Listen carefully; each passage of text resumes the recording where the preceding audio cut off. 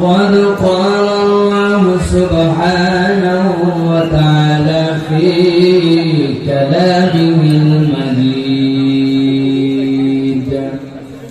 وفي فرقان الحميد أعوذ بالله من الشيطان الرجيم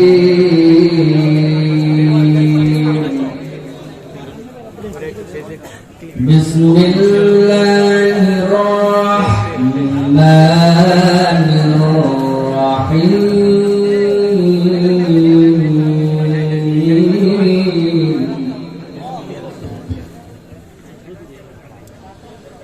يا أيها الذين آمنوا توبوا إلى الله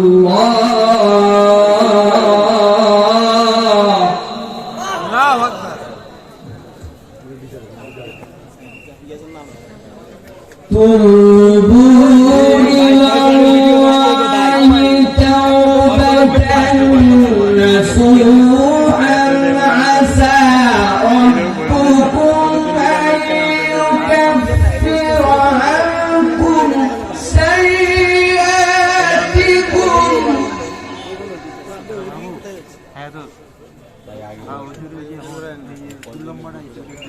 سيئاتكم ويدخلكم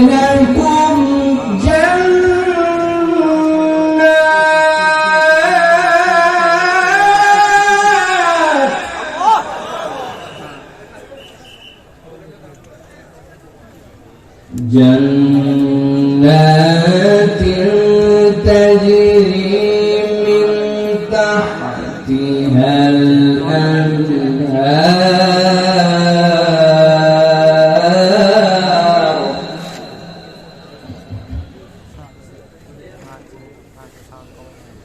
تجري من تحتها الأنهار يوم لا يخزي الله النبي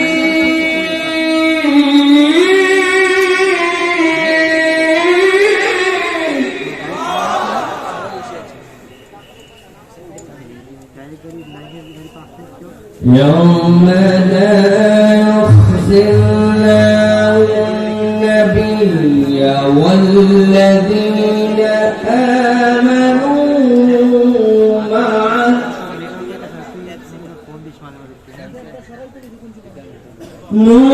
نورهم يسعى بين أيديهم وبأيمانهم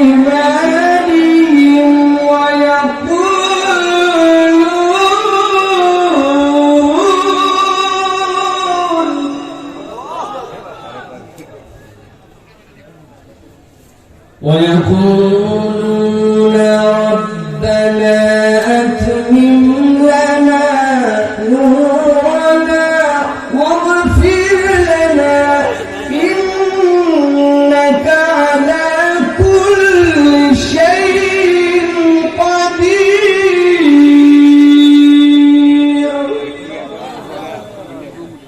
وقال الله سبحانه وتعالى آمرا ومخبرا للمؤمنين والمؤمنات إلى يوم القيامة إن الله وملائكته يصلون على النبي يا أيها الذين آمنوا صلوا عليه وسلموا تسليما.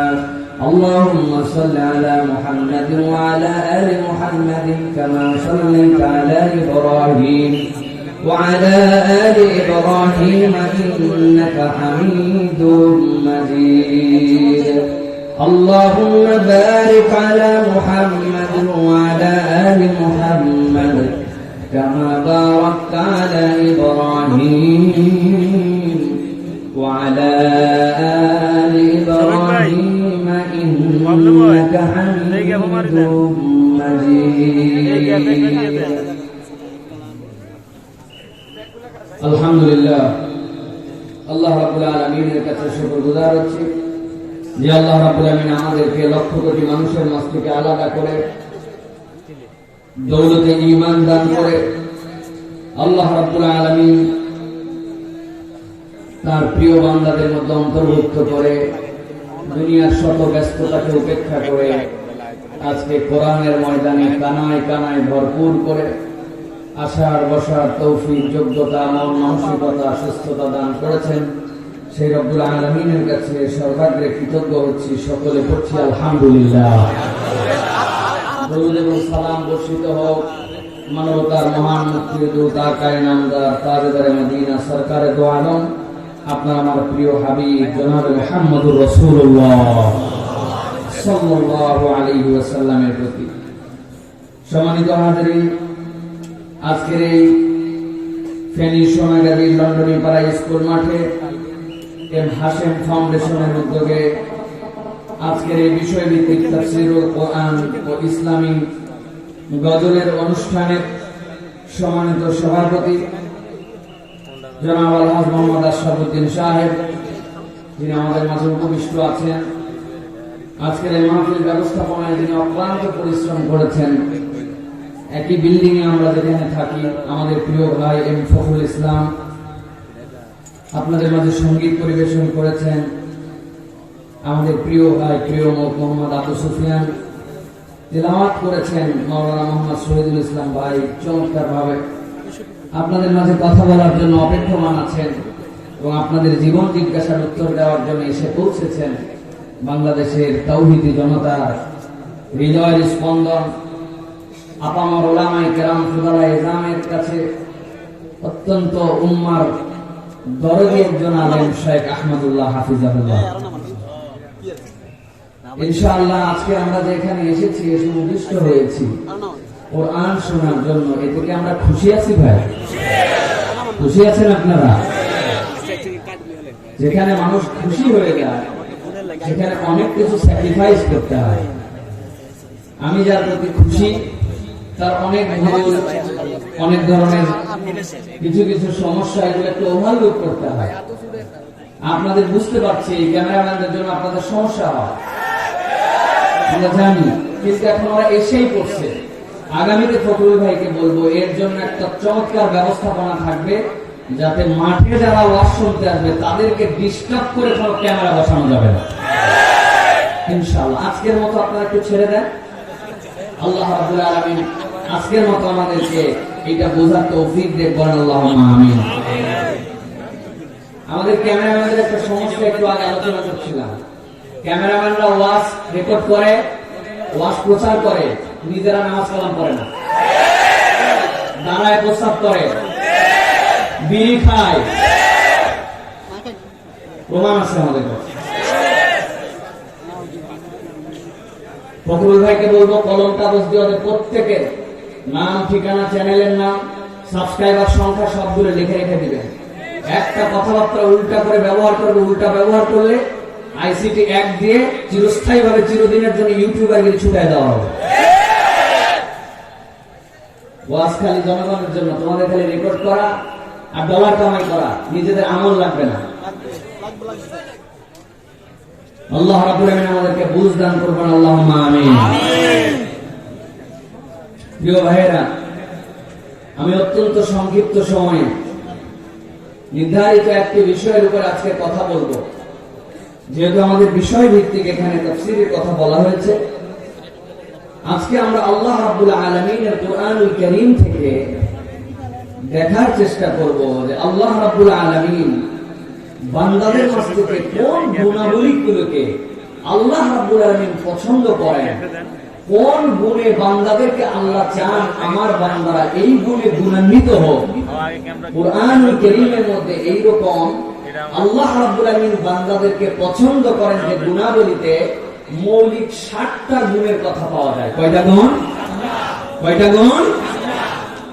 এখন একটা শর্ত হচ্ছে এই 60টা গুণ যারা ধারণ করবে, নিজেদের অন্তরের মধ্যে যারা এটা নিতে যাবে, তাদেরকে সবার আগে ঈমানের গুণে গুণান্বিত হতে হবে, ঠিক কি না?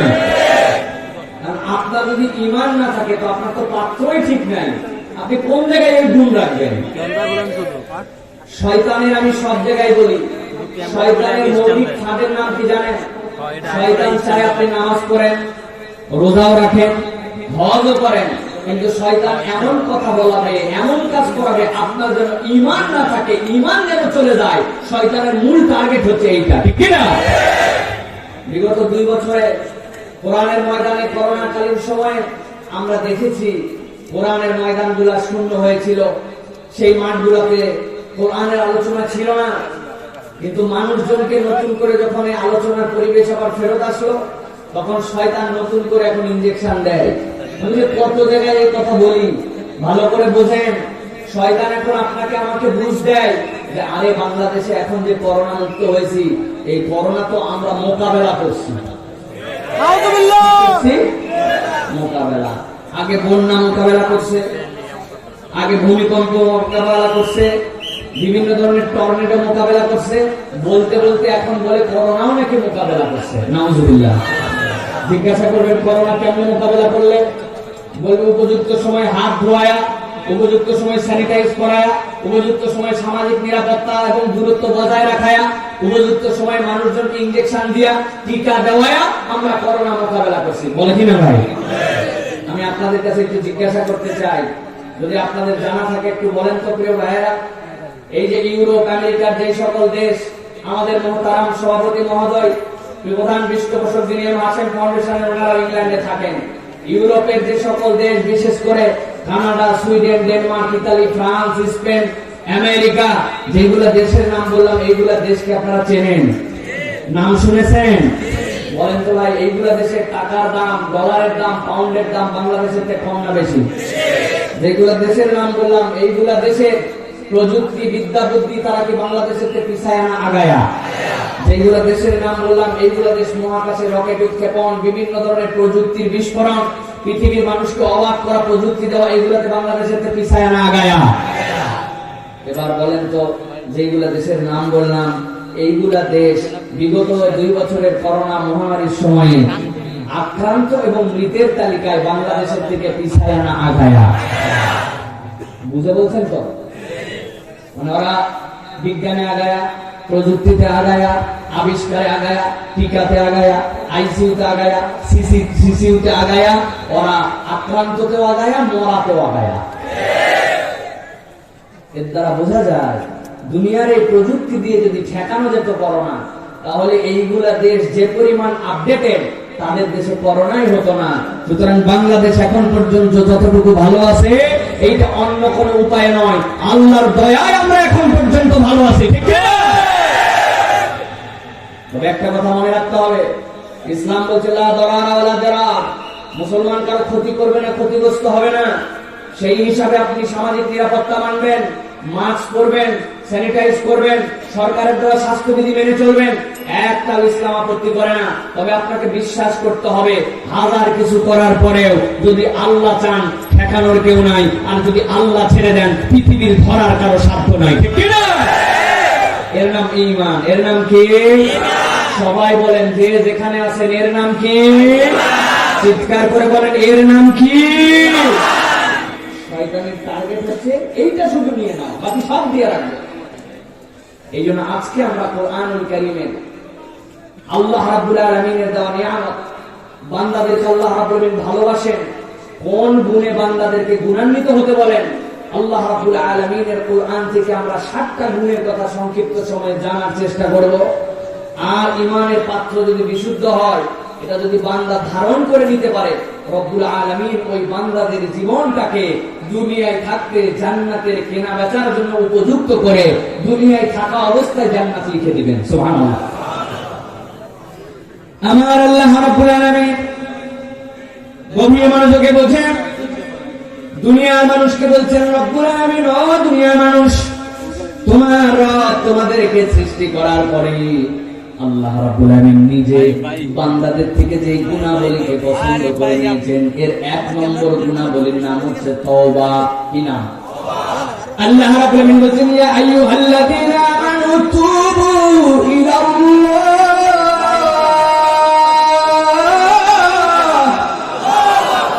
ও দুনিয়ার মানুষ, আমি রাব্বুল আলামিন তোমাদেরকে নির্দেশ দিলাম মানুষের মধ্যে থেকে ইমানদারদেরকে শর্ট আউট করে আলাদা করলাম, মানুষের মধ্যে থেকে ইমানদারদেরকে আলাদা করে আমি রব্বুল আমিন বললাম তুবু ইলাল্লাহ, আল্লাহর কাছে তুমি তওবা করো, তওবা করো। তুবু মানে কি? তুবু মানে হচ্ছে ফেরত আসো, আল্লাহর কাছে তুমি ফেরত আসো। আল্লাহ বলছেন কেমন করে ফেরত আসবে? তাওবাতান নাসুহা, তোমার ফেরত আসাটা আল্লাহর কাছে খাঁটি ভাবে হতে হবে। তাওবাতান নাসুহা মানে কি ভালো করে বোঝেন। পৃথিবীর মুফাসসিররা ব্যাখ্যা করছেন নাসুহা শব্দটা দুইটা মূল ধারা থেকে এসেছে। একটা হচ্ছে নাসাহাতুন, যখন এই শব্দটা নাসাহাতুন থেকে উদ্ভব হবে নুন সাদ আলিফ হাতা, নাসাহাতুন মানে জোড়া দেওয়া, তালি দেওয়া। কোন একটা জিনিস ছিঁড়ে গেছে ওর মধ্যে দিয়ে সেলাই করে দুইটাকে আটকায় দেওয়া। আবার অনেক মুফাসসির বলছেন এটার অর্থ আবার নাসহাতুন থেকে হতে পারে নুন সাদ হাতা। যখন নাসহাতুন মাদ্দা থেকে আসবে তখন এইটার অর্থ হবে খাঁটি করা। আমার আল্লাহ বলছেন ইয়া আইয়ুহাল্লাযীনা আমানু তুবু ইলাল্লাহি তাওবাতান নাসুহা, ও দুনিয়ার মানুষ তুমি খাঁটি করে তোমার তওবা আল্লাহর কাছে ফেরত নিয়ে আসো। আবার যদি অর্থ না হয় তোমরা জোড়া লাগাও। বান্দা যখন গুনাহ করে, বান্দা যখন অপরাধ করে, বান্দা যখন আল্লাহ রাব্বুল আলামিনের হুকুমের সাথে গাদ্দারি করে, আল্লাহর সাথে বান্দার সম্পর্কটা ছিন্ন হয়ে যায়, আল্লাহর সাথে বান্দার সম্পর্কটা দূর হয়ে যায়। আমার আল্লাহ বলছেন ও দুনিয়ার মানুষ তুমি যদি তওবা করো, তাহলে যদি নাসুহা তোমার তওবাটা হয়, আল্লাহ রাব্বুল আমিন বান্দার সেই ফানা সম্পর্কটা আল্লাহর সাথে আবার জুড়ায়া দেন। সুবহানাল্লাহ। আল্লাহ রাব্বুল আমিন বলেন আসা রাব্বুকুম আন ইউকাফিরা আনকুম সাইয়্যাতিকুম ওয়া ইউদখিলাকুম জান্নাত।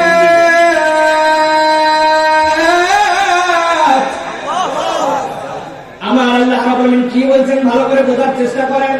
আল্লাহ রাব্বুল আমিন বলছেন যখন কোন বান্দা ফেরত আসে আল্লাহ রাব্বুল আমিনের কাছে খাঁটি তওবা করে আল্লাহর কাছে আবার পাপের পথ ছেড়ে দিয়ে আসে, আল্লাহর সাথে সম্পর্কটা জোড়া লাগায়। বুখারীর হাদিসের মধ্যে আমার নবী বলছেন শোনো, একটা লোক একটা মরুভূমিতে 15 দিনের সফরের মতো করে বেরিয়েছে, তার সাথে একটা উট আছে, উটটা নিয়ে সে রওনা হয়ে গেছে। রওনা হওয়ার পরে ধরুন 7 দিনের পথ পার করেছে, করার পরে কোন একটা গাছ পেয়েছে যে গাছের নিচে একটু জিরায় নিতে পারবে, গাছের নিচে জিরানোর জন্য উটটাকে রেখে দিয়েছে। উটটাকে যেই না রেখে দিয়ে ঘুমায় গেছে, উটের পিঠের মধ্যে তার খাবার আছে, সামান আছে, সামনে যাওয়ার রাস্তা আছে, সবগুলি ওই উটের পিঠের মধ্যে। ঘুমের থেকে ওঠার পরে দেখে তার উটটা আর তার কাছে নাই। আরবের যে উটগুলি মানুষের কাছে থাকতো ওই উটগুলো পলায়ন পর হতো না, কিন্তু কোন উট যদি একবার পলায় যায় আরবের মানুষ জানতো ওই উট আর কখনো ফেরত আসতো না।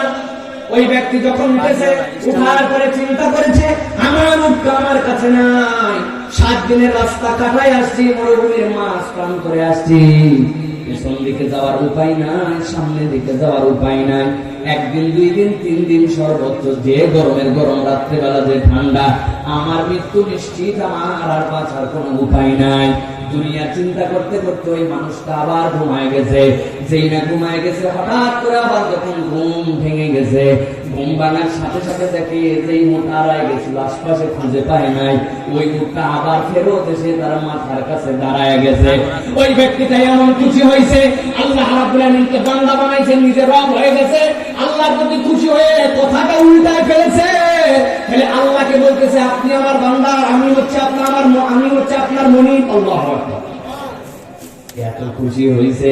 আমার রাসূল বলছেন ও দুনিয়ার মানুষ, মরুভূমির মাঝে যদি একটা উট হারায় যায়, ওই উট ফেরত পাওয়ার পর ওই মালিক যতটা খুশি হয়, দুনিয়ায় কোনো হারানো বান্দা আল্লাহ থেকে যদি দূরে চলে গিয়েছিল, তওবা করে যদি আবার আল্লাহর দিকে ফেরত আসে, আমার রব্বুল আলামিন ওর থেকেও 1000 গুণ বেশি খুশি হয়ে যায়। কেমন খুশি হয় এটা দলিল। আল্লাহ রাব্বুল আলামিন কেমন খুশি হন আল্লাহ রাব্বুল আলামিন দলিল দিচ্ছেন, ভালো করে খেয়াল করেন। আল্লাহ বলেন আসা রাব্বুকুম আইয়ুকাফিরা আনকুম সাইয়্যাতিকুম ওয়া ইউদখিলাকুম জান্নাতিন তাজরি মিন তাহতিহা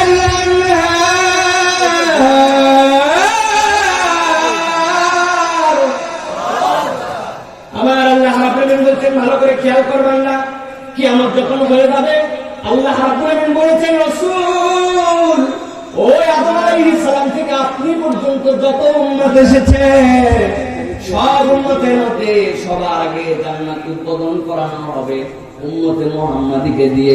আমার নবী হবেন প্রথম প্রবেশকারী জান্নাতের মধ্যে। কিন্তু একটুখানি এখানে কনফিউশন আছে। আমার রব্বুল আলামিনের নাম হচ্ছে আদেল। কি নাম? আদেল মানে কি? আদেল মানে হচ্ছে ন্যায় বিচারক। বলেন কি আদেল মানে কি? দুনিয়ার কোন বিচারক প্রকৃত অর্থে ন্যায় বিচারক হতে পারে না।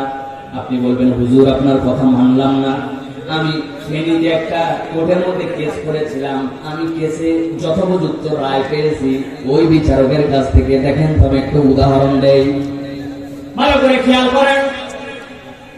দুনিয়ার বুকে কোন একটা মানুষ তিনটা মানুষকে হত্যা করে ফেলেছে। কারো একজনের খালু, কারো একজনের ফুপা, কারো একজনের বাবাকে হত্যা করেছে। এরপরে আদালতে তাকে গ্রেফতার করে নিয়ে যাওয়া হয়েছে। পুলিশ তদন্ত প্রতিবেদন ঠিকঠাক মতো দিয়েছে, বিচারক সঠিক জাজমেন্ট করেছে, সাক্ষীরা সত্য সাক্ষী দিয়েছে। আদালত তাকে ৩০২ ধারায় ফাঁসি কাস্টে ঝুলায় হত্যার নির্দেশ দিয়ে দিয়েছে। কোন একদিন খবর আসছে যে লোকটা আমার চাচা একজনের ফুপার একজনের আব্বাকে মারছিল, আজকে রাত্রেবেলা ঢাকায় তার ফাঁসি হয়ে গেছে। যেই নাই খবর শুনছে যার বাপকে হত্যা করেছিল সে লাভ দিয়ে উঠেছে, উঠে বলতেছে আজকে আমি আমার বাপের হত্যার বিচার পেয়ে গেছি, বড় আনন্দ আমার। যেই নেই কথা শুনছে যার খালু আর ফুপা মারছে, তারা দুইজন বললো তুই তোর বাপের হত্যার বিচার পাইলি, তাহলে আমি আমার ফুপার আর খালুর হত্যার বিচার কই পাইলাম? কত বিচার করলো একজনের। কোনোভাবে আদালতে যাওয়া কঠিন, কিন্তু যেতেও যদি চায় বা কোনোভাবে যদি পৌঁছায়ও যায়, বিচারককে যদি যে বলে বিচারক মহোদয় মানুষ মারছিল ৩ জন, আপনি রায় দিয়া ফাঁসি দিয়ে দিয়েছেন, ও বলে ওর বাপের হত্যার বিচার পাইছে, তাইলে আমার খালু আর এই লোকের চাচার হত্যার বিচারটা একটু করে দেন তো। বুদ্ধি থাকলে বলেন তো দুনিয়ার কোন বিচারক একবার ফাঁসি দেওয়ার পরে দ্বিতীয়বার আর তার বিচার করার ক্ষমতা রাখে? আমার আল্লাহ রাব্বুল আলামিন এই জন্য বলছেন তিনি হচ্ছেন আদেল, তিনি হচ্ছেন ন্যায় বিচারক। কিয়ামতের ময়দানে জান্নাতে ঢুকানো হবে, ওই মানুষগুলো জান্নাতে যাবে। মুহাম্মদ সাল্লাল্লাহু আলাইহি ওয়াসাল্লামের উম্মতের বয়স কত? 60 বছর, 70 বছর, 80 বছর, 100 বছর সর্বোচ্চ। কিন্তু দেখা যাবে এমন উম্মত আছে 1200 বছর পর্যন্ত বেঁচেছে, 1500 বছর পর্যন্ত তার সালাত আছে, তার তেলাওয়াত আছে, তার অন্য আমল আছে। ওই মানুষগুলা তাহলে কেমন করে আল্লাহর আদালতের মধ্যে আদেল রব হিসেবে কেমন করে তাদেরকে তাহলে দেখানো হবে? যার এত ইবাদত আর যার এতটুকু ইবাদত, এই মানুষগুলাকে কেমন করে জান্নাতে নেওয়া হবে? আমার আল্লাহ রাব্বুল আলামিন সেটাই বলছেন, যদি তুমি তওবা করে আল্লাহর কাছে ফেরত আসো, আমি রাব্বুল আলামিন বললাম আসা রাব্বুকুম আইয়াগফির আনকুম সাইয়্যাতিকুম, আমি আল্লাহ গ্যারান্টি বললাম বান্দা উম্মতে মুহাম্মাদী হিসাবে তোদের অনন্যতা হচ্ছে দুনিয়ার কোন মানুষ যদি একবার আল্লাহর কাছে প্রকৃত দিলে তওবা করে ফেরত আসে, আমি রব্বুল আলামিন ওই বান্দার জন্য ডিক্লেয়ার দিয়ে দিলাম এই অপরাধ করার আগ পর্যন্ত তুই যে আল্লাহর কাছে ফেরত আসছিলি, যা গুনাহ তোর আমলনামায় ছিল, আমি রব্বুল আলামিন সবগুলাকে নেক দিয়ে বদল করে তোর আমলনামা ভরাইয়া দিব। সুবহানাল্লাহ। আল্লাহ রাব্বুল আলামিন এরপরে বলছেন ওই মানুষগুলাকে আমি রব্বুল আলামিন কেবলমাত্র নেক দিয়ে বদল দিয়ে শেষ করব না, আমি রব্বুল আলামিন তাদের জন্য আরো 3টা নিয়ামতের ব্যবস্থা রাখবো। আল্লাহ বলছেন ওয়াইদখিলাকুম জান্নাতিন তাজরি মিন তাহতিহাল আনহার, ওই বান্দাগুলোর জন্য আমি রব্বুল আলামিন গ্যারান্টার হলাম ফেরার মতো যদি আল্লাহর কাছে ফিরতে পারো, আমি রব্বুল আলামিন তাদের জন্য একটা জান্নাতের ব্যবস্থা করব। ওই জান্নাতের পাদদেশ দিয়ে আমি রব্বুল আলামিন বললাম অসংখ্য নহরমালা প্রবাহিত। সুবহানাল্লাহ। আল্লাহ রাব্বুল আলামিন এরপরে সবচেয়ে বড় গ্যারান্টি দিচ্ছেন, ভালো করে বুঝেন, তাওবাতান নাসুহা। এই তওবার দাম কত? আমার আল্লাহ রাব্বুল আলামিন বলেন ইয়াউমা লা ইউখজিল্লাহুন নাবিয়্যা ওয়াল্লাযীনা আমানু নূরুহুম ইয়াসআ বাইনা আইদিহিম ওয়া বিআইমানিহিম ইয়াকুলুন।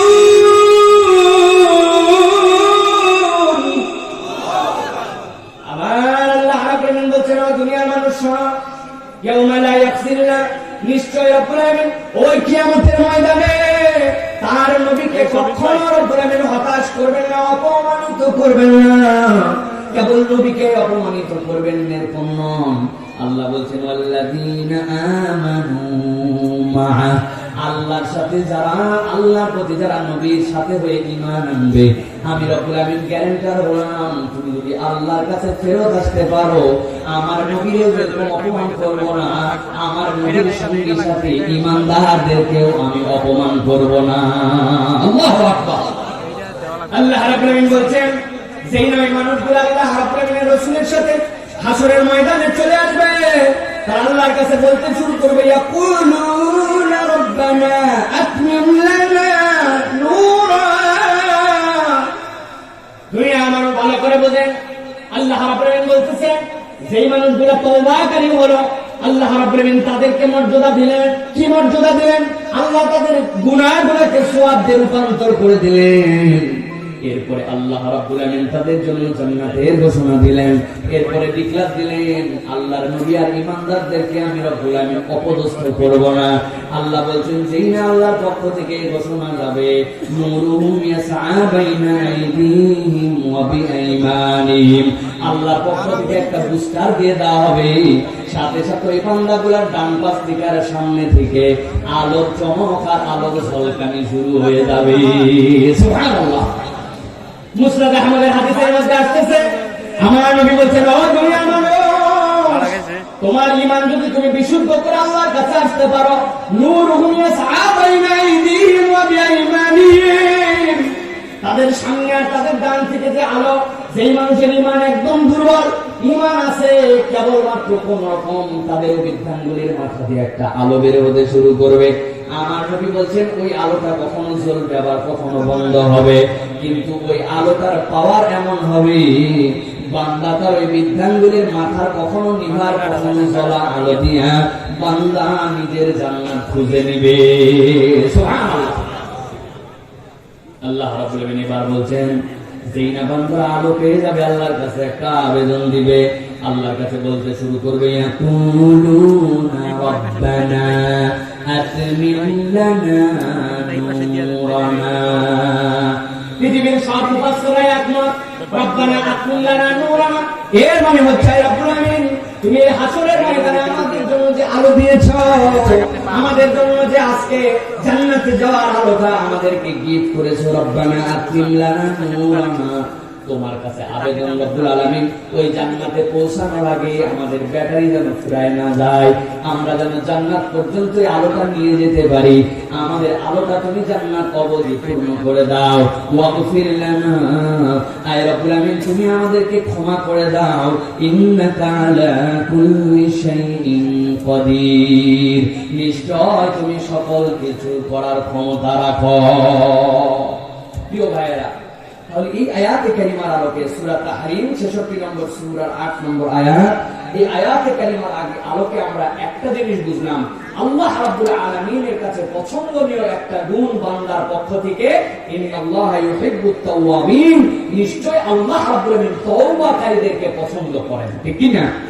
প্রিয় ভাইরা, তওবা, এই যে আমরা বলছি তওবা, তওবার কতগুলো রকম আছে। আমাদের কাছে তওবার সংজ্ঞা কি ভাই? তওবার সংজ্ঞা হচ্ছে আস্তাগফিরুল্লাহ রাব্বিল কুল্লি যামবি ওয়া আতুবু ইলাইহি, না? মানে হুজুরদেরকে ধরে নিয়ে যায়, হুজুর আমার আব্বা অসুস্থ, মনে হয় গড়গড়ি উঠে গেছে, আপনি একটু তওবা করান। হুজুর যায় উনারে তওবা পড়ায়, আস্তাগফিরুল্লাহ, উনি বলতেও পারেন আস্তাগফিরুল্লাহ, উনারে তওবা পড়ায়। আমাদের কাছে তওবার মানে এইটা, কিন্তু মুফাসসিররা বলছেন তওবার রকম হচ্ছে 5টা। কয়টা? কেউ যদি প্রকৃতই তওবা করছি আমি এটা যদি স্বীকার করতে চাই, তাহলে তওবার রকম হচ্ছে 5টা। কয়টা? মুখস্থ করে ফেলেন। 1 নম্বরে একমাত্র আল্লাহর জন্য তওবা করা। কার জন্য? আল্লাহর জন্য, দুনিয়ার কাউকে দেখানোর জন্য নয়, বাহবা নেওয়ার জন্য নয়, পিঠ বাঁচানোর জন্য নয়, তওবা হবে কার জন্য? 2 নম্বরে গুনাহ ত্যাগ করার জন্য তওবা করা, গুনাহ ত্যাগ করার নিয়তে তওবা করা, মানে আমি তওবা করলাম আবার সুযোগ পেলে গুনাহ করলাম, এরকম নয়। আল্লাহর জন্য তওবা, গুনাহ ত্যাগ করার নিয়তে তওবা। 3 নম্বর আগের কর্মকাণ্ডের জন্য লজ্জিত হওয়া। কি হওয়া? আল্লাহ, আগে যে অপরাধ আমি করছি এটা আমার ভালো কাজ ছিল না, এটা আমার ভুল ছিল, আমি তোমার কাছে তওবা করতেছি, আগেরটার জন্য আপনার অন্তরের মধ্যে লজ্জা লাগবে। 4 নম্বরে দুনিয়ার বুকে আপনাকে প্রতিজ্ঞা করতে হবে আমি যে কাজ থেকে ফেরত আসছি আর কখনো এই কাজ করব না। মানে সুযোগ বুঝে একটু তওবা করলাম, আবার সুযোগ পেলে আবার সেই কাজের মধ্যে যাবো, এটা না। 4 নম্বরে আপনাকে শপথ করতে হবে আগামীতে আর এই কাজ করব না। 5 নম্বরটা সবচেয়ে ভয়ঙ্কর। দুনিয়ার বুকে আপনি জনগণের টাকা পয়সা মারি খাইছেন, বিভিন্ন জনের আপনি মাল আত্মসাৎ করছেন, শেষ বয়সে আসে লম্বা দাড়ি টুপি যুদ্ধ নিয়ে মসজিদের মধ্যে যাওয়া এত সহজ নয়। মুফাসসিররা বলছেন 5 নম্বর শর্ত হচ্ছে বান্দার অধিকারের সাথে জড়িত হলে অধিকার আগে ফেরত দিয়ে তার কাছে মাপ চেয়ে তারপরে আল্লাহর কাছে মাপ চাইতে হবে। তাহলে তওবার রকম কয়টা? 5টা। এটা মনে রাখতে হবে প্রিয় ভাইরা আমাদেরকে। ইমাম কুরতুবী রাহমাতুল্লাহি আলাইহি বলছেন আমরা যে তওবাতান নাসুহা বলি, এই তওবাতুন নাসুহা মানে নাসুহা ব্যতীত তওবা না। যদি কেউ এই তাফসীর করে, এই ব্যাখ্যা করে, কোরআনের অপব্যাখ্যা করে, তাহলে যেরকম ভর ময়দানে কোরআনের অপব্যাখ্যা করছে, ভর ময়দানে এটা ভুল কথা বলছে, মাপ চাওয়া লাগবে, ঠিক কি না?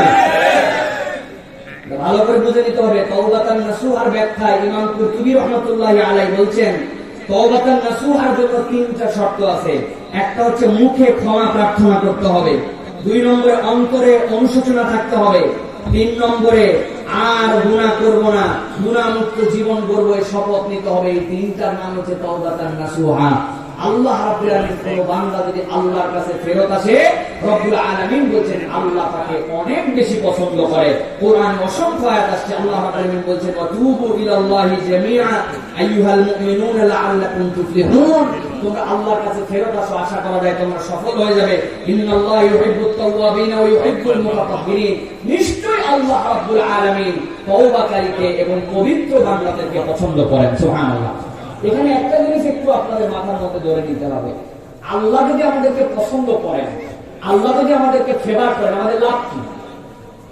দেখেন প্রিয় ভাইয়েরা, দুনিয়ার বুকে আপনার একই কথা, কিন্তু ব্যক্তি ভেবে ওই কথার মানদণ্ডটা এবং মূল্যমান বেড়ে যায়। রাস্তার কোনো ধ্যানালা যদি আপনাকে বলে আগামীকাল ভাতিজা দেখা করো, তোমার সাথে আমার একটা ঠোস আলাপ আছে, আশা করি তোমাকে আগামীকালকে আমি হাসায় দেব। আপনি চিন্তা করছেন তোমার দিন এনে দিন খেতে তোমার অবস্থা খারাপ, তুমি আমার কি হাসাবে আর কি খুশি করবে বেটা। কিন্তু ওই কথাটাই যদি আপনাদের এলাকার কোন এমপি মহোদয় বলে যে আপনাকে আগামীকালকে আমার সাথে একটু দেখা করেন, আপনাকে ইনশাআল্লাহ আমি খুশি করে দিব, তাহলে বোঝা যায় যে এমপি মহোদয়ের যে পাওয়ার এবং স্ট্যান্ডার্ড, ওই অনুযায়ী উনি খুশি করে দেওয়ার মানে আলাদা কোনো একটা ব্যাপার স্যাপার আছে, আমার নিশ্চয়ই আমার জন্য একটা ভালো কিছু হবে। আপনারা যদি খবর দেন প্রধানমন্ত্রী আপনাকে ডাক দিছে আগামীকালকে দেখা করবেন, প্রধানমন্ত্রী বলছে আপনাকে খুশি করে দিবে, আপনার অবস্থা কি হবে ভাই? অস্থির হয়ে যাবেন একবারে, কেমনে আমি প্রধানমন্ত্রীর সাথে কালকে কখন হবে আর দেখা করব। তাহলে একই কথা, যেটার পার্সন ভেদে ভেদে ওইটার মূল্যমান এবং মর্যাদা কম বেশি হয়, ঠিক কি না প্রিয় ভাইরা? আল্লাহ যখন বলেন ইন্নাল্লাহা ইউহিব্বুত তাওয়াবিন, নিশ্চয় আল্লাহ রাব্বুল আলামিন যারা তওবা করে তাদেরকে ভালোবাসেন। আপনাকে বুঝতে হবে তিনি আমার রব, তিনি আমার খালিক, তিনি আমার মালিক। কোন বান্দা যদি কায় মনোবাক্যে সত্যি আল্লাহর কাছে ফেরত যায়, আল্লাহ তাকে ফেভার করেন, আল্লাহ তাকে পছন্দ করেন। আল্লাহ পছন্দ করা মানে ওই বান্দার যাবতীয় দুনিয়াবি আখিরাতের সব কল্যাণ আল্লাহ নিজের হাতে নিয়ে নেন। সুবহানাল্লাহ। এই জন্য 1 নম্বর গুণ আমরা কি শিখলাম? আল্লাহ রাব্বুল আলামিন তওবাকারীদেরকে পছন্দ করেন। এবার 2 নম্বরে আল্লাহ রাব্বুল আলামিন বান্দাদের মধ্যে দুটি কোন গুণে গুণান্বিত বান্দাকে দেখতে চান আমরা একটু দেখি। আল্লাহ রাব্বুল আলামিন বলেন ইন্নাল্লাহা ইউহিব্বুত তাওয়াবিন ওয়া ইউহিব্বুল মুতাতাহহিরিন। নিশ্চয় রব্বুল আলামিন যারা দুনিয়ায় তওবা করে যেরকম পছন্দ করেন, একই রকম ভাবে দুনিয়ার লোকে যারা রব্বুল আলামিনের কাছে পবিত্র জীবন যাপন করে, আল্লাহ রাব্বুল আলামিন এই পবিত্র বান্দাদেরকেও পছন্দ করে। পবিত্রতার সংজ্ঞা ভালো করে বোঝেন। আল্লাহ রাব্বুল আলামিন নবী সাল্লাল্লাহু আলাইহি ওয়াসাল্লামের কাছে আয়াতে কারিমা অবতীর্ণ করলেন, ইয়া আইয়ুহার রাসূল কুলু হালালান তাইয়্যিবা। হে রাসূল, আপনি হালাল খান, তাইয়্যিব খান। খেয়াল করেন, আপনার একটা গরু, আপনার বাড়ির মধ্যে একটা ছাগল আছে, এটা আপনার নিজের ছাগল, আপনি বিসমিল্লাহি আল্লাহু আকবার বলে ছাগলটা জবাই দিয়েছেন। বলেন তো আল্লাহর নামে আপনার নিজের ছাগল যদি জবাই দেন, এইটার গোশত খাওয়া হালাল না হারাম? জোরে বলেন। এখন আপনি চামড়া ছিঁড়ছেন, ছিলার পরে সুন্দর করে গোস্ত টুকরা করে দিছে কষায়, আপনি চিবাই চিবাই খাচ্ছেন, বলেন একটু কলিজা দাও তো, কলিজা খাই। আপনার জন্য এটা খাওয়া জায়েজ না না জায়েজ? জায়েজ, কোনো সমস্যা নাই। কিন্তু আমার আল্লাহ বলছেন, রসুল কুলু হালালান তাইয়্যিবা, কেবল হালাল নয়, বরং কেমনি ওইটা সবচেয়ে তাইয়্যিব হবে, সবচেয়ে সুন্দর হবে, সবচেয়ে পবিত্র হবে। আমি আল্লাহর পক্ষ থেকে দায়িত্ব দিলাম, আপনি সবচেয়ে তাইয়্যিব করে ওই খানাটা গ্রহণ করেন। এই জন্য আল্লাহ রাব্বুল আলামিন বলেন, ইন্নাল্লাহা ইউহিব্বুত তাওয়াবিন ওয়া ইউহিব্বুল মুতাতাহহিরিন। ও দুনিয়ার মানুষ, আমি আল্লাহ রাব্বুল আলামিন তোমাকে আমার কাছে যেরকম ফেরত আসতে বলি, একই রকম তোমাকে পবিত্র জীবন যাপন করতে বলি। এই পবিত্র জীবন যাপনের দুইটা পার্ট, কয়টা? ভালো করে বুঝেন। একটা পাঠ হচ্ছে মানুষের বাহ্যিকতায়, মানুষের শারীরিক, মানুষের বৈষয়িক পবিত্রতা। আমাদের মধ্যে এইটা উঠে গেছে। উপরে জামাটা খুব সুন্দর, ভিতরের গেঞ্জিটার দিকে তাকানো যায় না। প্যান্টটা খুব চকচকা করে পরে, আন্ডার গার্মেন্টস এর গন্ধে বাঁচা যাবে না, এরকম অসভ্য লোক আছে কিনা দুনিয়ার বুকে? নিজের প্রত্যেক দিন সাইজ করে কাটে, কিন্তু আল্লাহর দেওয়া নির্দেশিত যেগুলা অবাঞ্ছিত সমাধি আছে পরিষ্কার করতে হয়। 2 মাস চলে যায়, তার কোনো খবর থাকে না। এরকম বান্দা আছে কিনা? ভালো করে বোঝেন। এই জন্য বাহ্যিক একটা পবিত্রতা, আমাদের মা বোনের কথা শুনছেন। আপনার গেস্ট রুমটা কত সুন্দর করে সাজানো, আপনার গেস্ট রুমের মধ্যে ফুল, আপনার সোফা সব সুন্দর, কিন্তু আপনার রান্নাঘরের টেবিল স্পিড আছে, যে কাপড়টা দিয়ে আপনি হাঁড়ি ধরেন, ওই হাঁড়ি ধরা কাপড় 2 বছর বয়স এখনো ধোয়া হয় নাই। চুলার নিচে এমন ময়লা, খাটের নিচে অপদার্থর মতো ময়লা, এইরকম করে ফেলে রাখা, এইটাও একজন ইমানদারের দায়িত্ব নয়। আল্লাহ বলছেন, নিশ্চয় যারা বাহিরে ভিতরে পরিষ্কার পরিচ্ছন্ন জীবন যাপন করবে, আমি রব্বুল আলামিন এই পরিষ্কার পরিচ্ছন্ন জীবনধারীদেরকে পছন্দ করি। এটা একটা দিক। আরেকটা হচ্ছে আল্লাহ রাব্বুল আলামিন বলছেন, ও দুনিয়া মানুষ, দুনিয়ার বুকে কেবলমাত্র তোমার এই দুনিয়ার বাহ্যিক পবিত্রতাই নয়, রিজাকিন, আল্লাহ নবীকে আল্লাহ রাব্বুল আলামিন দুনিয়ার বুকে যে প্রেরণ করলেন, তার আরেকটা হচ্ছে তাসকিয়ায়ে নফস। দুনিয়ায় আপনার বাহ্যিকতায় অনেক সুন্দর, কিন্তু অন্তরটা আপনার পচন ধরে গেছে, অন্তরটার মধ্যে কোনো পবিত্রতা নাই। ওই অন্তর গুনাহ করতে করতে, ওই অন্তর আল্লাহর দ্রোহী করতে করতে, বাজে চিন্তা করতে করতে আপনার অন্তরটা অন্ধকার। আল্লাহ বলছেন, নিশ্চয়ই আল্লাহ বাহ্যিক যেরকম পছন্দ করেন, প্রত্যেকটা মানুষ যেন আত্মশুদ্ধ করে, প্রত্যেকটা মানুষ আল্লাহর কাছে তাদের আত্মাটাকে পরিষ্কার করে, এইরকম ব্যক্তিকে আল্লাহ পছন্দ করে। তাহলে 2 নম্বর গুণাবলী আমি সংক্ষেপে বলছি, ভালো করে খেয়াল করে মুখস্থ করে রাখবেন। আমরা প্রথম বলছি তওবাকারীকে আল্লাহ পছন্দ করেন, 2 নম্বরে আল্লাহ রাব্বুল আলামিন পবিত্র মানুষকে পছন্দ করেন, যারা দুনিয়ার চাল চলন সবকিছু। আমাদের যুবকরা অনেক সময় দেখবেন আপনারা কি যে অবস্থায় চলে, আল্লাহু আকবার। প্রিয় যুবক, তুমি বিশ্বাস করো ভাই, তুমি 3টা কাজ করো, তোমার মধ্যে কালকের থেকে তুমি তোমার মধ্যে আত্মার মধ্যে শান্তি পাবে। 3টা কাজ। তুমি যেটাকে স্মার্ট বলছো, স্মার্ট না। তুমি টাকনুর উপরে কাপড় পরো, ফজরের নামাজে হাজিরা দাও, আর এই চোখ দিয়ে 24 ঘন্টা, অনলি 24 আওয়ার্স, 24 ঘন্টা কোনো হারাম দেখবো না, কোন মেয়ে দেখবো না, যা দেখা বৈধ না এরকম কিছু দেখবো না। 3টা কাজ। চোখের হেফাজত করবে 24 ঘন্টা, টাকনুর উপরে তোমার কাপড়টা তুলে দাও, প্যান্ট যা আছে কেটে তুলে ফেলছো, ফজরের নামাজে একদিন হাজির হয়ে যাও। আমি আল্লাহর কসম করে বলতেছি, আগামী কালকের থেকে যদি তুমি যদি এটা করতে পারো, পরের দিন ফজরের মধ্যে তোমার জীবনের মধ্যে একটা পরিবর্তন, অন্তরের মধ্যে একটা আলো দেখতে পাবে।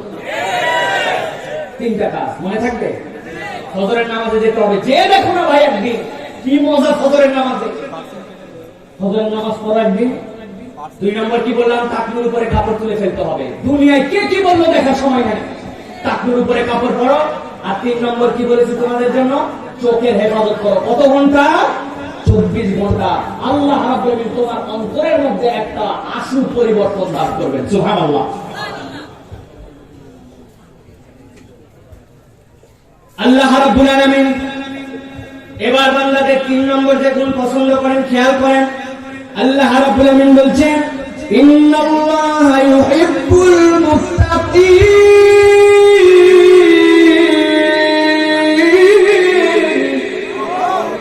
ও রাব্বুল আলামিন নিশ্চয় যারা আল্লাহকে ভয় করে, আল্লাহর যতগুলো নিষিদ্ধ কাজ আছে এগুলা ছেড়ে দেন, রব্বুল আলামিন তাদেরকে ভালোবাসেন। কেমন ভালোবাসেন একটু শোনো যুবক। তোমার চাকরির সমস্যা, তোমার দুনিয়ার বুকে রিজিক নিয়ে টেনশন, তোমার নানান ধরনের পেরেশানি আছে কিনা? আমার আল্লাহ বলছেন তোমাদের জন্য একটা প্রেসক্রিপশন করে দিচ্ছি, তোমার রিজিকের টেনশন থাকবে না, পেরেশানি উঠে যাবে, তোমার জীবনে বদলবিক পরিবর্তন হয়ে যাবে। একটা ওষুধ কেবল খেয়ে নাও। আল্লাহ বলছেন ওয়ামাইয়াত্তাকিল্লাহা ইয়াজআল লাহু মাখরাজা ওয়া ইয়ারযুকুহু মিন হাইসু লা ইয়াহতাসিব। আমি আল্লাহ রাব্বুল আলামিন বললাম ওয়ামাইয়াত্তাকিল্লাহ, দুনিয়ার বুকে যারা আল্লাহকে ভয় করবে, আল্লাহকে সামনে রেখে তার জীবনের প্রোগ্রাম গুলোকে সাজাবে। দুনিয়ার বুকে যখন রমজান মাস আসে, 1000 টাকা দেওয়ার পরে বাথরুমের মধ্যে ঢুকে এক ঢোক পানি খায় না? খায়। ভাই তোর মুখটা শুকায় গেছে ভাই, দেখে খুব কষ্ট করে 100 টাকা দিলাম, তুই কুলি করার সময় চামচের মধ্যে 2 ঢোক পানি খা, বলে 1 থাপ্পড় লাগাই দেবো বেটা। আমি চামচে যদি খাই, বাথরুমে খাই, আর ডুবকি দিয়ে খাই, আল্লাহ দেখে কিনা? দেখে কিনা? যে লোকটা রমজান মাসে 1 ঢোক পানি খায় না, ওই লোকটাই আবার জনগণের সাথে বিট্টে করে, জনগণের সাথে নানান ধরনের বিটলামো করে। সরকার তার প্রজেক্ট দিয়ে সুন্দর করে কাজের দায়িত্ব দিয়েছে, যেখানে দেওয়া লাগবে দুনিয়ার বুকে খোয়া, দুনিয়ার বুকে পাথর ওইখানে দিছে খোয়া, আর যেখানে দেওয়া লাগবে রড ওইখানে দিছে। কি ব্যাপার? তখন কি আল্লাহ দেখে না নাকি? দেখে। তখন কি আল্লাহ দেখে? তাহলে আপনার কোথায় আপনার এই দুইমুখী চরিত্র কেন? আপনি রমজান মাসে আল্লাহ দেখে ভাবলেন, আপনি ঘুষ খান তখন আল্লাহ মনে হয় দেখে না, আপনি সুদ খান তখন আল্লাহ দেখে না, আপনি অন্যায় করেন, অপকর্ম করেন, মিথ্যা কথা বলেন, গীবত করেন, তখন কি আল্লাহ দেখে না? আল্লাহ রাব্বুল আলামিন বলেছেন ওয়ামাইয়াত্তাকিল্লাহ ইয়াজআল লাহু মাখরাজান ওয়া ইয়ারযুকুহু মিন হাইসু লা ইয়াহতাসিব। ও দুনিয়ার মানুষ, আমি রাব্বুল আলামিন তোমার জন্য একটা ওষুধ দিয়ে দিলাম, তোমার জন্য একটা প্রেসক্রিপশন দিয়ে দিলাম। ওয়ামাইয়াত্তাকিল্লাহ, দুনিয়ার বুকে যারা আল্লাহকে ভয় করবে, আমি আল্লাহ করে বললাম ও বান্দা একটু আশ্বস্ত হ, আমি রব, আমার কথার দামটা বুঝ। প্রধানমন্ত্রী যদি বলে তোমার খুশি করা হবে, ওইটা একটা রাস্তার লোক বলার সাথে অনেক পার্থক্য আছে। প্রধানমন্ত্রীর খুশি করার মানে আপনি বুঝছেন, সারা রাত ঘুম হবে না, প্রধানমন্ত্রী আমাকে ডেকেছে, অস্থির লেগে যাবে। আমার আল্লাহ বলছে ওয়ামাইয়াত্তাকিল্লাহ ইয়াজআল লাহু মাখরাজা, তুই যদি আল্লাহকে কেবল ভয় করে সামনে রেখে তোর কাজ করতে পারিস, আমি আল্লাহ গ্যারান্টি দিলাম, আমি তোর বের হওয়ার রাস্তা বের করে দিব। সুবহানাল্লাহ। সৌদি আরবে যখন যাবেন তখন দেখতে পাবেন এক্সিটের আরবি হচ্ছে মাখরাজ। আপনি যখন বের হয় কোন লিফটের বের হওয়ার রাস্তা, ওটাকে মাখরাজ বলা হয়। আমরা যে আলিফ বা তা তা জিম হা দাল উচ্চারণ করি, এটাকে মাখরাজ বলি। মানে কি? এই দালের উচ্চারণ জিহ্বার মাথা সানায়ে উলিয়া 2 দাঁতের সাথে লাগায়া, এইটা হচ্ছে এই অক্ষরের বের হওয়ার জায়গা, ঠিক কি না? আমার আল্লাহ বলছে ওয়ামাইয়াত্তাকিল্লাহ ইয়াজআল লাহু মাখরাজা, দুনিয়ার কেউ যদি আল্লাহকে ভয় করে, দুনিয়ার কোনো কাউকে পরোয়া করার দরকার নাই, আল্লাহ তার বের হওয়ার রাস্তা বের করে দিবেন। সুবহানাল্লাহ। সাথে সাথে আমার আল্লাহ রাব্বুল আলামিন বলছেন ওয়া ইয়ারযুকুহু মিন হাইসু লা ইয়াহতাসিব। ও বান্দা, তোর রিজিকের কত টানাটানি, তোর রিজিকের কত অভাব, তোর রিজিকের কোথায় তুই দৌড়াস। আমি আল্লাহ বললাম ওয়া ইয়ারযুকুহু মিন হাইসু লা ইয়াহতাসিব, আমি রব্বুল আমিন তোকে এমন জায়গা থেকে খাওয়াবো, বান্দা তোর ব্রেনের মধ্যে সেইটা ধরবে না। আল্লাহু আকবার। আল্লাহর এই কথা কি বিশ্বাস করেন ভাই? বিশ্বাস করেন? তাহলে কি করতে হবে? আল্লাহ রাব্বুল আলামিন বলছেন আল্লাহকে ভয় করে চলতে হবে জীবনের সব জায়গায়। আর কে দেখলো আর কে না দেখলো, সামান্য একটু লেখা থাকে এই এলাকাটি সিসি ক্যামেরা নিয়ন্ত্রণাধীন, ওরে বাবারে বাবা, মানুষ তখন ওই জায়গায় যাওয়ার পর শুধু সাহেব হয়ে ঘোরাফেরা করে, আর চিন্তা করে ওর বাহিরে গেলে তখন আবার অন্যরকম আচার আচরণ করে। সামান্য একটু এইটুকু সিসি ক্যামেরা নিয়ন্ত্রণাধীন দেখে আপনি ভয় পান ক্যামেরাকে? আল্লাহ রাব্বুল আলামিন যে সর্বদা আপনাকে আমাকে পর্যবেক্ষণে রাখছেন, সবকিছু যে আল্লাহ রাব্বুল আলামিনের কাছে লিপিবদ্ধ হচ্ছে, সেই আল্লাহকে যদি কোনো বান্দা একটু ভয় করে চলতে পারে, আল্লাহ বলছেন ইন্নাল্লাহা ইউহিব্বুল মুত্তাকিন, নিশ্চয় আল্লাহকে ভীতি যারা করে তাদেরকে আল্লাহ পছন্দ করেন। প্রিয় ভাইরা, তাহলে এইটা গেল 3 নম্বর গুণ। এবার 4 নম্বরে চলেন আমরা যাই। আল্লাহ রাব্বুল আলামিন বলছেন আল্লাযীনা ইউনফিকুনা ফিস والضراء والكاظمين الغيظ والعافين عن الناس والله يحب المحسنين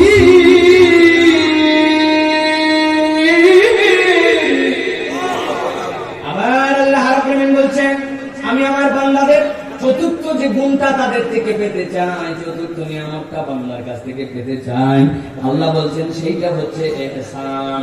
আল্লাহ ইহসানকারীদেরকে পছন্দ করেন।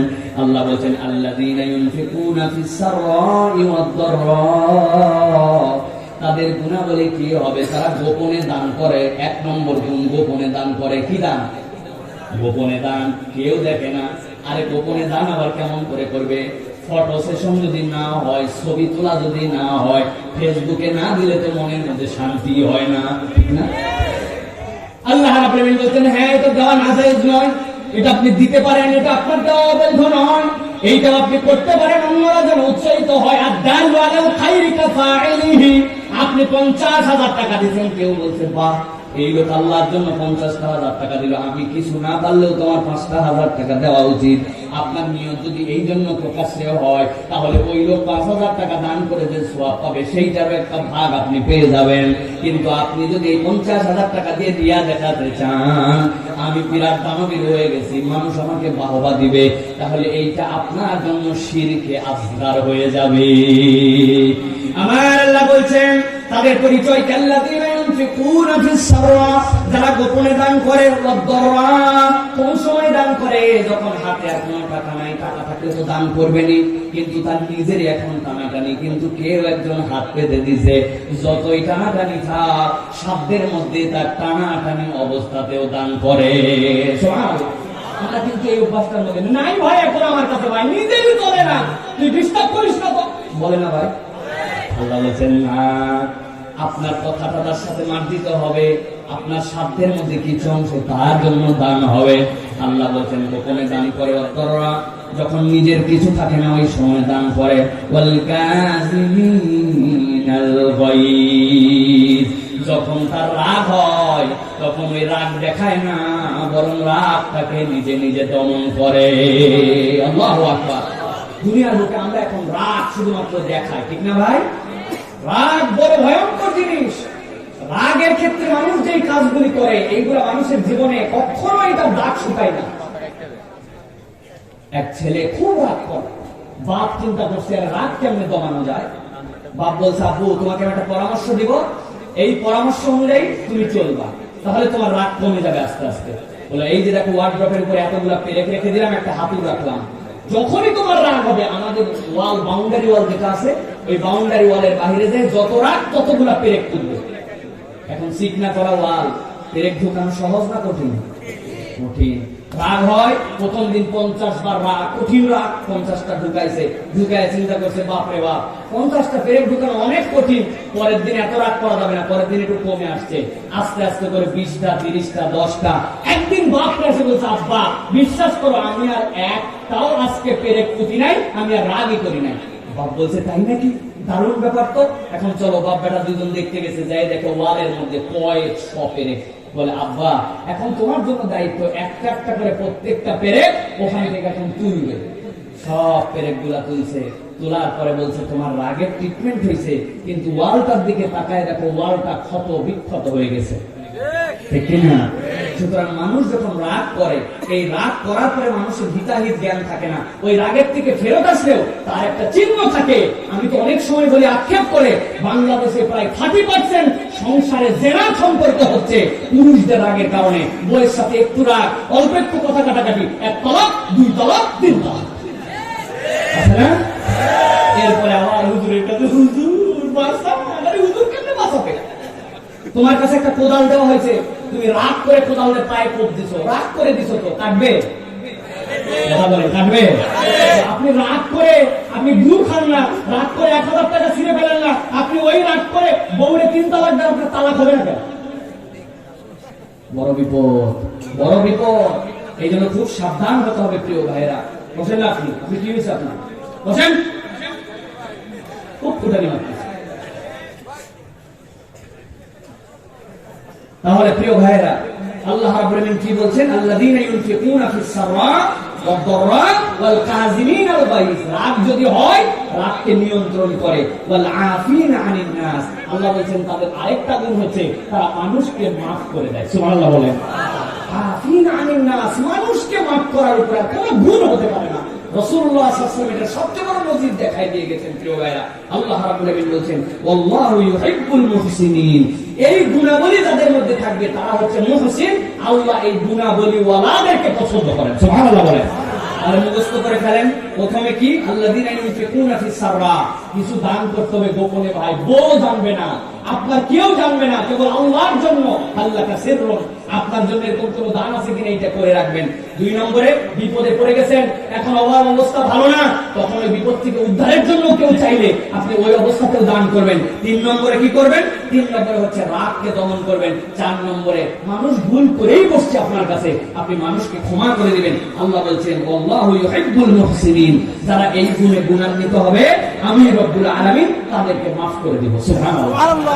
এই গুণাবলী ওয়ালাদেরকে আল্লাহ পছন্দ করেন। রাসূলুল্লাহ সাল্লাল্লাহু আলাইহি ওয়াসাল্লাম বলেছেন, বুখারী হাদিসের মধ্যে আছে, প্রকৃত বীর যে একজনকে ধরে শোয়ায় ফেলে তার দুনিয়া থেকে বিদায় করে দেয়, এই প্রকৃত বীর নয়। প্রকৃত বীর তো সে যে রাগের সময় নিজের রাগকে নিয়ন্ত্রণ করে দুনিয়ার মানুষের কাছে দৃষ্টান্ত স্থাপন করতে পারে। সুবহানাল্লাহ।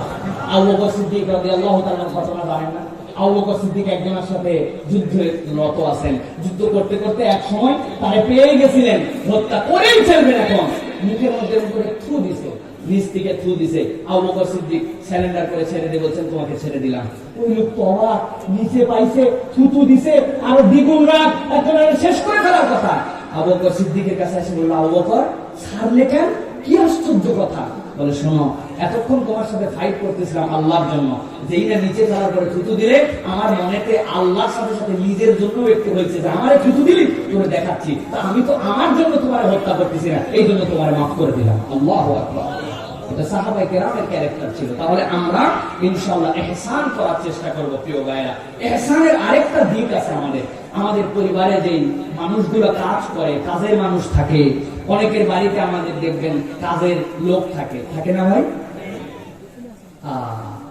আপনার মেয়েটা প্রত্যেকদিন রান খায়, আপনার মেয়েটা প্রত্যেকদিন দুধের স্বর খায়, আপনার মেয়েটা প্রত্যেকদিন ভালো খাবারের অংশটা খায়, কলিজাটা খায়, অথচ ওই মেয়েটা আপনার বাড়িতে হয়তো থাকে, লোকটা কাজ করে, তার কপালে কোনোদিন হয়তো এটা জোটে না। আপনি কখনো ভেবেও দেখেন না, চিন্তা করছেন ও হচ্ছে আমার অধীনস্থ লোক, পরে আমার খেয়াল করার সময় আছে নাকি? প্রিয় ভাইরা, ইহসানের লেভেল এইটা। রাসূলুল্লাহ সাল্লাল্লাহু আলাইহি ওয়াসাল্লাম মৃত্যু সজ্জায় চলে যাচ্ছেন দুনিয়া থেকে, 2টা নির্দেশ দিয়ে গেছেন, আসসালাত ওয়া মা মালাকাত আইমানুকুম, তোমাদের অধীনস্থদের ব্যাপারে তোমরা খবর নাও, খবর নাও। এটাও বড় ইহসান। আমরা ইহসান ভুলে গেছি। আমার অধীনস্থ অনেকগুলা লোক আছে, তাদেরকে আমরা পাত্তা দেই না।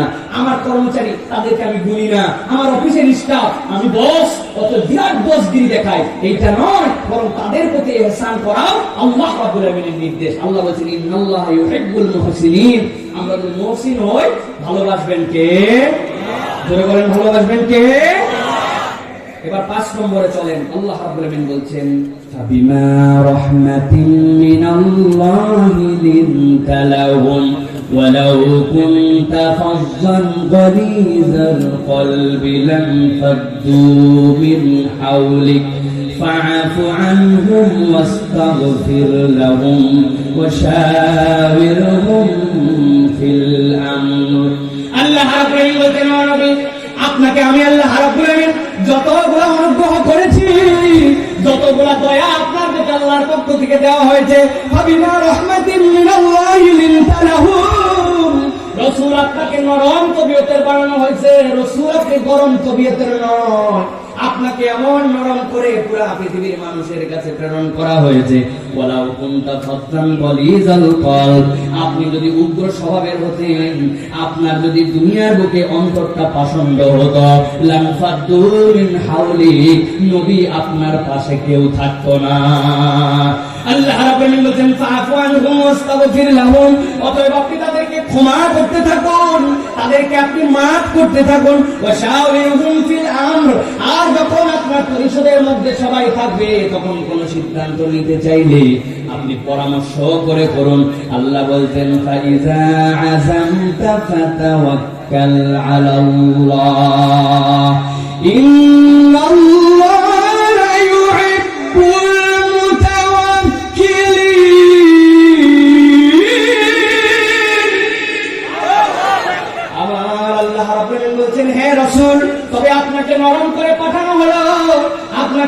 মানুষের সাথে শক্ত অন্তরওয়ালা বড় কর্কশ আপনাকে করা হয় না। আপনি মানুষের ক্ষমা করবেন, মানুষের মাফ করবেন। তবে আপনাকে বলছি ফাইজা আকান্তা, যদি আপনি আটকায় যান, যদি আপনি কোন সংকল্প করতে চান, ফাতাওয়াক্কাল আলাল্লাহ, অবশ্যই অবশ্যই কোন সংকল্প করলে আল্লাহ রাব্বুল আলামিনের উপরে আগে তাওয়াক্কুল করেন। ইন্নাল্লাহা ইউহিব্বুল মুতাওয়াক্কিলিন, নিশ্চয়ই যারা আল্লাহকে তাওয়াক্কুল করে, আল্লাহর প্রতি তাওয়াক্কুল করে, রব্বুল আলামিন ওই বান্দাগুলোকে ভালোবাসেন। সুবহানাল্লাহ। আমাদের তাওয়াক্কুল হবে কার প্রতি? প্রিয় ভাইরা, শুরু করছিলাম কি দিয়া? ঈমানের বাটি মজবুত করতে হবে। আমাদের তো অবস্থা এখন ভয়াবহ। আমরা বিপদে পড়লে নেতা ঠেকা, তারপরে বিভিন্ন ধরনের পাওয়ার ফুল, এইগুলো সব আমাদের চোখে আগে আসে। এগুলো একটাও খারাপ না, এগুলোর কাছে আপনাকে যেতে হবে, এইগুলোর পদ্ধতি আল্লাহ বলেছেন। কিন্তু আপনাকে কোনো সংকল্প করতে হলে সবার আগে আপনাকে সিদ্ধান্ত নিতে হবে আল্লাহর উপর আমার তাওয়াক্কুল হবে, ঠিক কি না? সবার আগে আল্লাহর কথা আপনার স্মরণে আসতে হবে। আপনার যদি অন্য কিছু আগে আসে, বুঝবেন আপনার ঈমানের মধ্যে সমস্যা আছে। আলহামদুলিল্লাহ প্রিয় ভাইরা, সাহেব চলে আসতেছেন। প্রিয় ভাইরা, তাহলে আল্লাহ রাব্বুল আলামিনের কাছে বান্দাদের পক্ষ থেকে পঞ্চম যে গুণ, সেটা হচ্ছে তাওয়াক্কুল আলাল্লাহ। যারা আল্লাহর প্রতি ভরসা করে তাদেরকে আল্লাহ ভালোবাসেন। সুবহানাল্লাহ বলেন। এবার আল্লাহ রাব্বুল আলামিন বলছেন একটা প্রেসক্রিপশন দেই, দেখো তো প্রথম যে কথা বলেছে এটার সাথে মিল আছে কিনা। আল্লাহ বলছেন ইয়ানসুরকুমুল্লাহু ফালা গালিবা লাকুম। আল্লাহ রাব্বুল আলামিন বলছেন যদি আল্লাহ তোমাকে সাহায্য করে, দুনিয়ার কারো সাধ্য আছে নাকি যে তোমার প্রতি বিজয়ী হবে, তোমার উপরে বিজয়ী হবে? ওয়া ইয়াখযুলকুম ফামান যাল্লাযী ইয়ানসুরকুম মিন বা'দিহি ওয়া আলাল্লাহি ফালইয়াতাওয়াক্কালিল মুমিনুন। আমার আল্লাহ বান্দারে বুঝাই দিচ্ছেন, বান্দা ভালো করে খেয়াল কর, যদি আল্লাহ করে সাহায্য করতে চান, আল্লাহর উপরে বিজয়ী হওয়ার কেউ নাই। আর আল্লাহ রাব্বুল আলামিন যদি তোরে অপদস্থ করতে চায়, আল্লাহ রাব্বুল আলামিন তোরে যদি হারায় দিতে চায়, দুনিয়াতে আল্লাহর উপরে বিজয়ী করার কেউ নাই, ঠিক না? লিবিয়ার বিখ্যাত দাই ইলাল্লাহ শাইখ ওমর মুখতার যখন ইতালির সাথে যুদ্ধ লেগে গেছে, ইতালির সাথে ব্যাপক তাদের মধ্যে যুদ্ধ হয়, ওমর মুখতারের যে বাহিনী ছিল তারা ইউরোপীয়দেরকে তাড়ানোর জন্য দুর্বল তাদের যত অস্ত্র ছিল সেই অস্ত্রগুলো দিয়ে যুদ্ধ করে, কোন রকম টিকে আছে, গেরিলা যুদ্ধ করে। হঠাৎ করে ওমর মুখতারের কাছে যে বলছে, শাইখ আমাদের আর বাঁচার উপায় নাই, এখন আর মাটিতে যুদ্ধ হবে না, এখন ইতালি আর ফ্রান্স আমাদের জন্য বিমান বাহিনী পাঠাইছে, উপর থেকে প্রাণ দিয়ে আমাদেরকে শেষ করে দিবে, আমাদের আর যুদ্ধ করার কোনো উপায় নাই। ওমর মুখতার বলছে, দুনিয়ার মানুষ শোনো, ওরা যে উপর দিয়ে উঠবে, কত উপরে বলে, অনেক উপরে, ওই অস্ত্রগুলো ওই বিমানগুলোকে অনেক পাওয়ারফুল। হ্যাঁ পাওয়ারফুল। ওমর মুখতার জিজ্ঞাসা করছেন, ওই বিমানগুলো উপর দিকে উড়ে, ওই ওড়াটাকে আল্লাহ আরশের উপর দিয়ে না নিচ দিয়ে?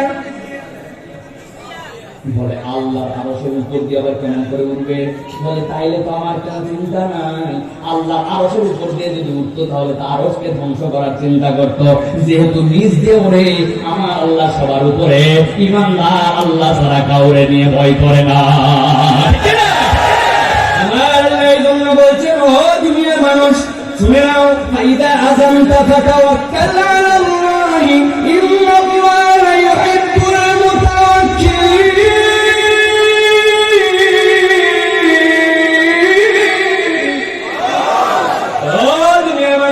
যখন সংকল্প করবে তখন আল্লাহর উপরে সংকল্প করো, আল্লাহর উপরে তাওয়াক্কুল করো, আর বিশ্বাস রাখো আমার আল্লাহ যদি জিতাতে চায়, দুনিয়ার কেন হারানোর ক্ষমতা নাই, আর আমার আল্লাহ কারো যদি হারাতে চায়, দুনিয়ার কারো তাকে বিজয়ী করার ক্ষমতা নাই।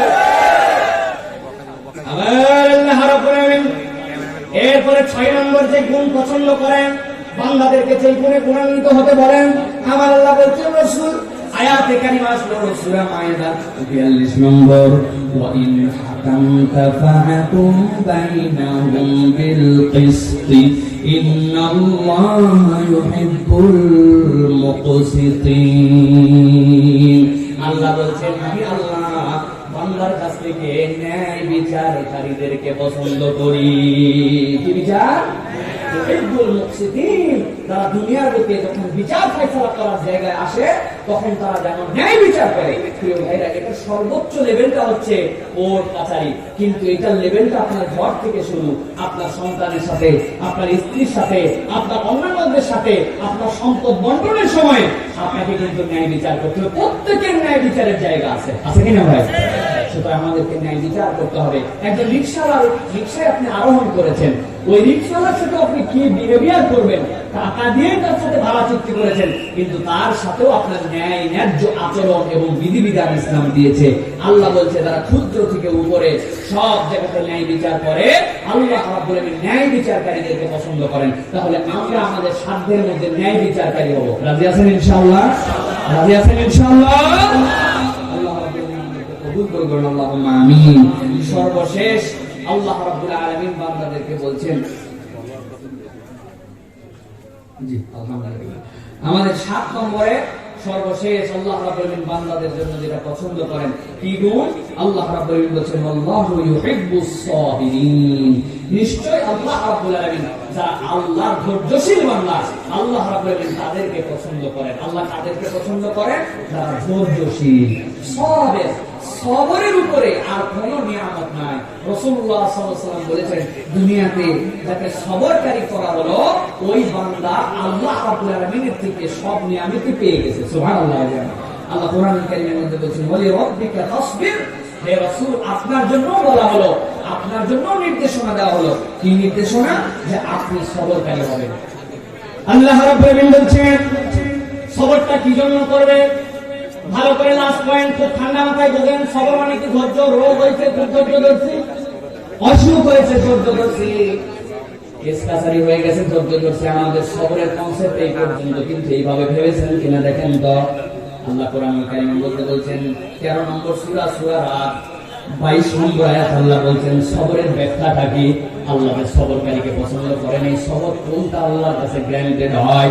আমার আল্লাহ রাব্বুল আলামিন বলেছেন ওয়াল্লাযীনা সাবারু ইবতিগাআ ওয়াজহি রাব্বিহিম ওয়া আকামুস সালাহ।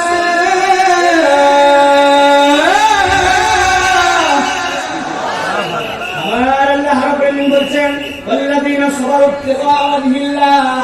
পৃথিবীর 4 জন প্রামাণ্য মুফাসসিররা ব্যাখ্যা করছেন দুনিয়ার মানুষ সবরকারী মানে বুঝো নাকি?